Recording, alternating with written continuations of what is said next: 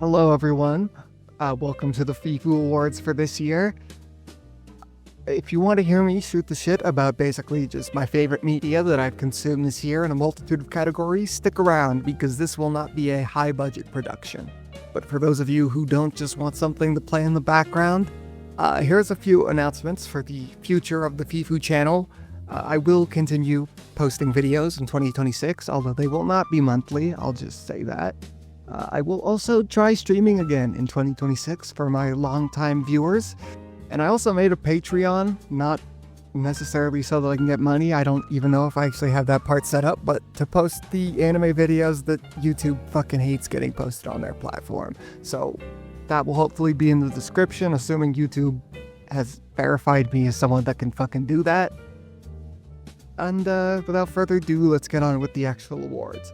So our categories for this year are Game of the Year, Anime Movie of the Year, TV Show of the Year, Continuing Anime of the Year, New Anime of the Year, Anime Opening of the Year, Worst TV Anime of the Year, and Anime Ending of the Year. Now I'm going to try to keep these to the years that these things released. I'm going to try to keep the winners to new shit at the very least. So without further ado, I'm going to fucking play Binding of Isaac in the background so that, I can jingle some keys in front of my audience. And let's get into this.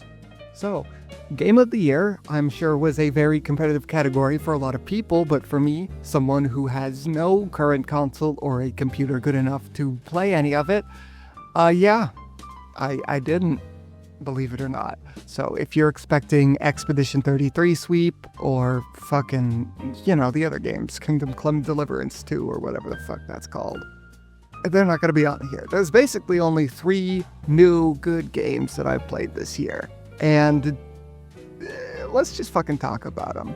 First, we have Ball Pit, which is just this breakout roguelike where you bounce balls off the top of the screen and try to defeat monsters without dying.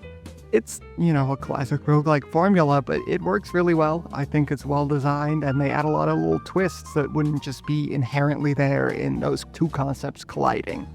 Good game, loses a bit of its replayability about 50 hours in once you're just doing farming for your 3.4% more damage or whatever. Not particularly the most fun game after that point, but until then, it's definitely enjoyable, worth the money, blah blah blah. Next up is Mega Bonk, which I don't think is a better game. It's a combination of Risk of Rain 2 and Vampire Survivors, but it kind of just feels like they put those two concepts together and then didn't do any work to get them to work together better or basically anything else. It kind of just feels like they just put those two together and said, fuck it. I'm sure the game will get better as it updates, and I'm glad that they made it so you can play it on fucking any computer ever. But outside of that, I can't really say it's a great game. But there's also a demo, so if you're interested in this kind of thing, go fucking play that. Go try the demo. But then we have our very clear winner, which I don't think will be surprising by a guy who got 10,000 views talking about RPG Maker games earlier this year. By the way, thank you for that. But Look Outside is an absolute banger. I mean, it actually won Horror Game of the Year, but that's not the reason it won for me. I don't think it's actually that scary. I mean, it has its moments, and it's got a lot of body horror in it, but it doesn't really, seep into your skin and crawl around you for the remainder of the day after you play it. It's just a fun-ass RPG with great characters and some fucking adrenaline rush moments. Really fucking fun, definitely worth the money. I mean, I bought this game in December, and I've put at least 50 hours into it. It's worth it, trust. The next up, we have the Anime Movie of the Year, which is a pretty competitive category. I saw a lot of anime movies this year, although a very significant portion of them were remasters or re-releases. But the biggest and absolute best ones that I saw, at least that I wasn't rewatching, are The Secret Life of Arrietty, The Colors Within, and the Chainsaw Man Reze arc. And let me just say, Secret Life of Arrietty is not at all a new movie. It did not come out in any amount of recency, but it is very high tier Ghibli. Absolutely anyone that loves Ghibli movies needs to fucking watch this. The world building, the depth, the animation, the atmosphere. It is a good ass fucking movie. So please go watch that if you give a shit about that type of thing. But another type of thing you might give a shit about is Disney movies, like the type of live action lemonade mouth bullshit that they would air on the Disney Channel back in the day. If you want to see what that would be like if it was actually good, I highly recommend The Colors Within, which is the second one that didn't technically come out in 2025 in Japan, but in America it did. So I would consider it as number one, but it didn't actually win. But I really recommend this movie. It's directed by the same person that did the Silent Voice adaptation, and it really fucking shows. It's emotional, it's lighthearted, and it's fucking good. I mean, taking something as tropey and campy as a Christian movie about a bunch of people that learn to be musicians is, let's just say, bold, and actually making that into a good fucking movie despite all that is an absolute accomplishment. Oh, that's a good item. And then we have the winner, the Chainsaw Man Reze arc. I fucking love Fujimoto from the start, but this was not like a shoe-in, absolute guarantee to win because of that. I really don't like MAPPA, like in general. I think they're not only like overrated, but like there's the whole, very, very poor treatment of their animators, which I guess is an industry-wide thing, so it's not exclusive to them, but I do think it's worth mentioning, especially on top of the fact that I really disagree with a lot of their production ethos, where they take all the like hard, really well animated shit that they get and just motion blur the fuck out of it to make it look like garbage. But what they did do is they really cut back on that. They really changed the direction of the first season, but most importantly, they gave every fucking animator on this movie so much creative freedom, and it worked out incredibly well. The only two problems I'd say this movie has are, one, I think no matter who you are, if you watch this movie, there will be like one or two scenes that you just don't understand or completely jive with, whether that's motion blur bullshit or really shaky ass line work, and you're like, what is happening? I don't think it's enough to ruin any of the movie for anyone. I just think it's worth mentioning that it's not 100% consistent understandable. And the other thing is, I just don't really find Reze to be the most compelling Chainsaw Man character, and I'm sure a lot of people would, disagree with that. I'm not trying to say she's a bad character. I understand what she does in the story, but I just don't find that to bring me any emotion, and I'm sure a lot of people have a very different feeling about that and were fucking crying their eyes out or whatever, but it's not for me. But regardless, the movie's incredible. Fucking watch that shit, especially if you like Chainsaw Man, and it's even worth watching if you haven't watched the first season, although I do recommend you do that first. It'll make a lot more sense. And then we have our TV show of the year, which I'm just gonna say it. I'm a fucking nerd that makes anime YouTube videos in my free time. I don't watch a lot of regular TV, so this is a category where I just fucking died, and I'm gonna restart the run and keep talking because this is a category where there's not a lot of competition, and even the competition that is there didn't necessarily come out this year. I'm just gonna say my number one TV show that I watched is Atlanta. It's so fucking good. It's funny. It's so well acted, despite the fact that like 20% of the cast is like random ass rappers that, I wouldn't necessarily expect to be able to act. But despite this, it's so funny. It's so psychological and philosophical, and it does so much well. Genuinely, if you haven't watched this show, go watch it. Season 3 is the best. Don't come at me. Let's just leave it at that. Now for continuing anime of the year, there's a lot of competition actually. Mostly, let's just start at the top. Dan to Dan's second season is pretty fucking great.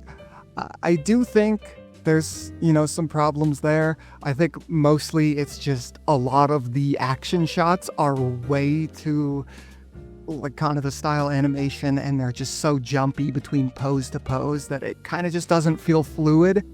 And that's, not to my preference at the very least.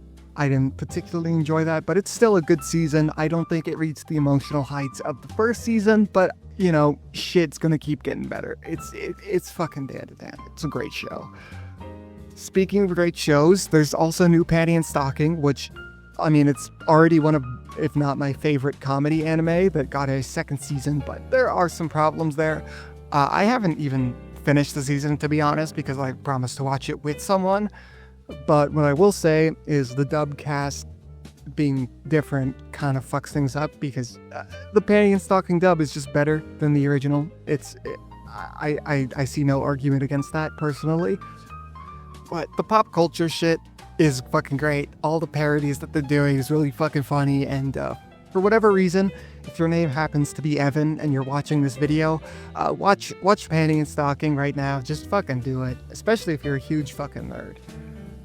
But the actual winner is My Dress Up Darling, which is a series that I had not previously watched before this year, and the first season is good. I think it's a, above average rom-com with good production values and all that, but I didn't see like genius or anything in it.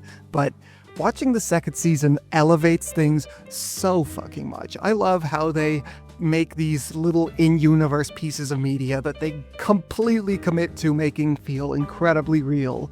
I love the direction and how fucking great the animation is, despite being incredibly subtle.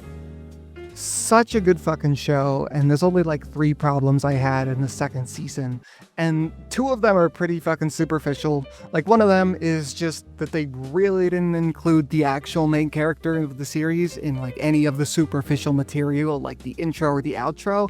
Like, he's basically not there, and I think that's kind of a missed opportunity. Another thing I noticed is that like oh god damn it, the final episode of the second season had the most like otaku bait moment I've ever seen in any anime, where they're like, oh my god, you're my Oshi, please buy my figures bullshit. And I'm not particularly a fan of that, even as someone who fucking buys anime figures. But the actual only real problem that is of any importance that I got from the second season is that the entire world of My Dress Up Darling feels incredibly like idealized, to the point it's kind of hard to get invested into any of the emotional shit. Like, the only bad moments that will happen to any characters are in backstories, and they will only come up to explain characters' motivations. They are not going to, consistently come back to fucking be an issue.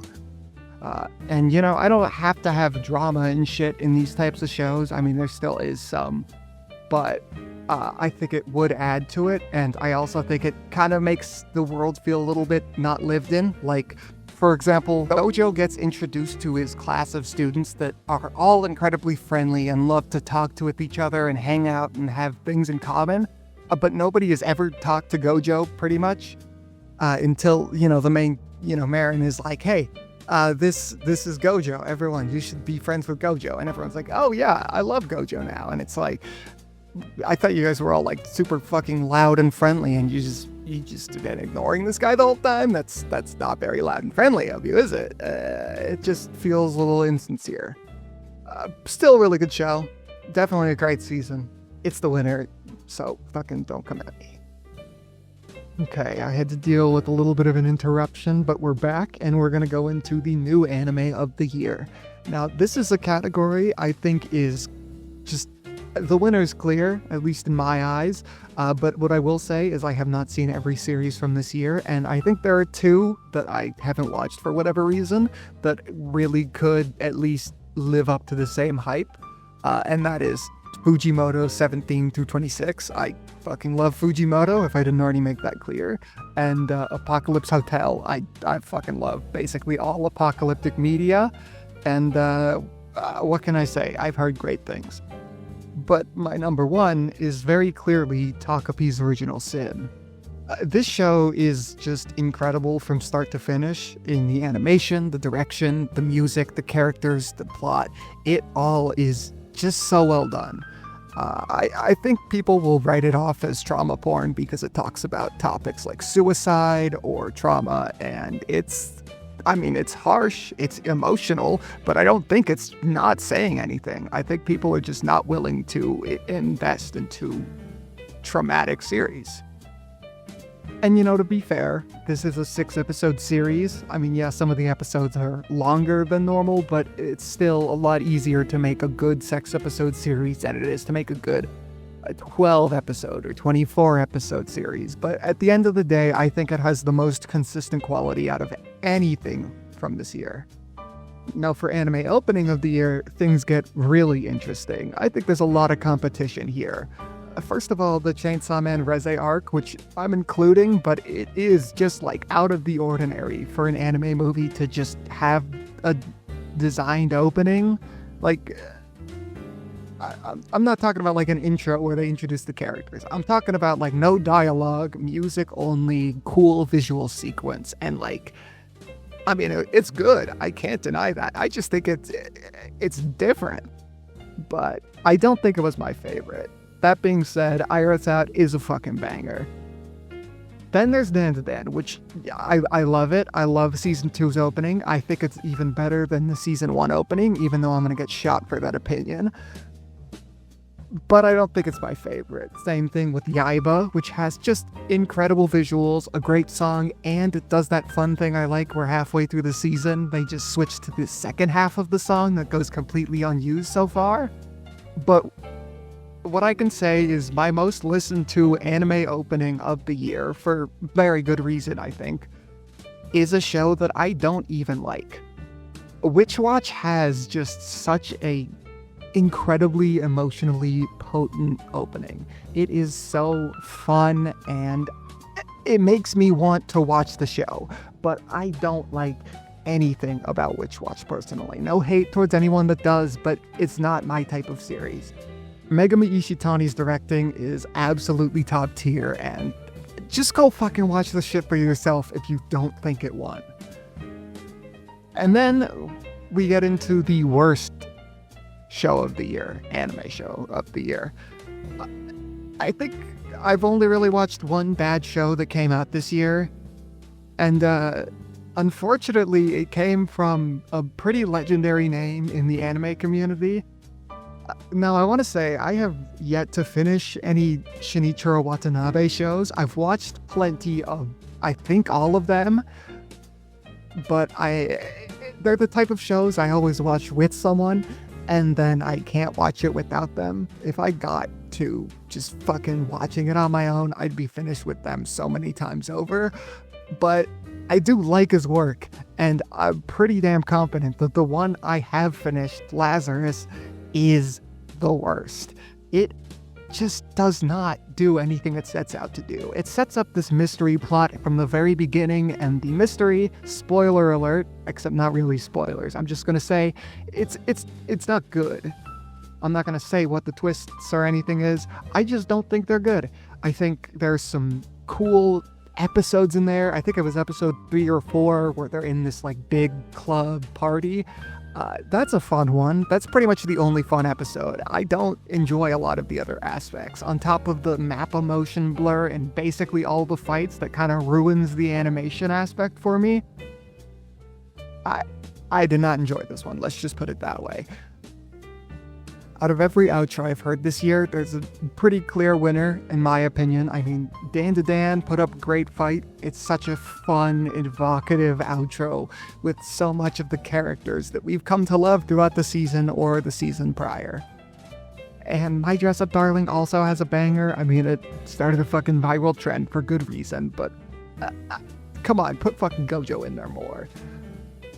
But I think the best intro is one that not only is just fun or enjoyable to watch on its own or listen to the song invested, but one that references the material you've been experiencing the entire time. God damn it. And there's this really good show that I talked about earlier called Takapi's Original Sin that is full of dark and traumatic moments and so much emotional frustration. But at the end of every single episode, there is this little bittersweet acoustic song that just calms me down. something that's aware of all the frustration of a viewer and tells them that it's going to be okay.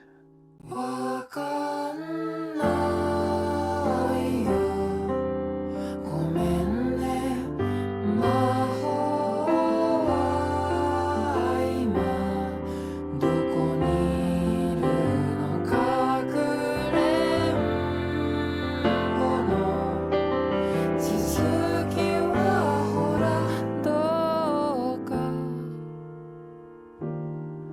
また明日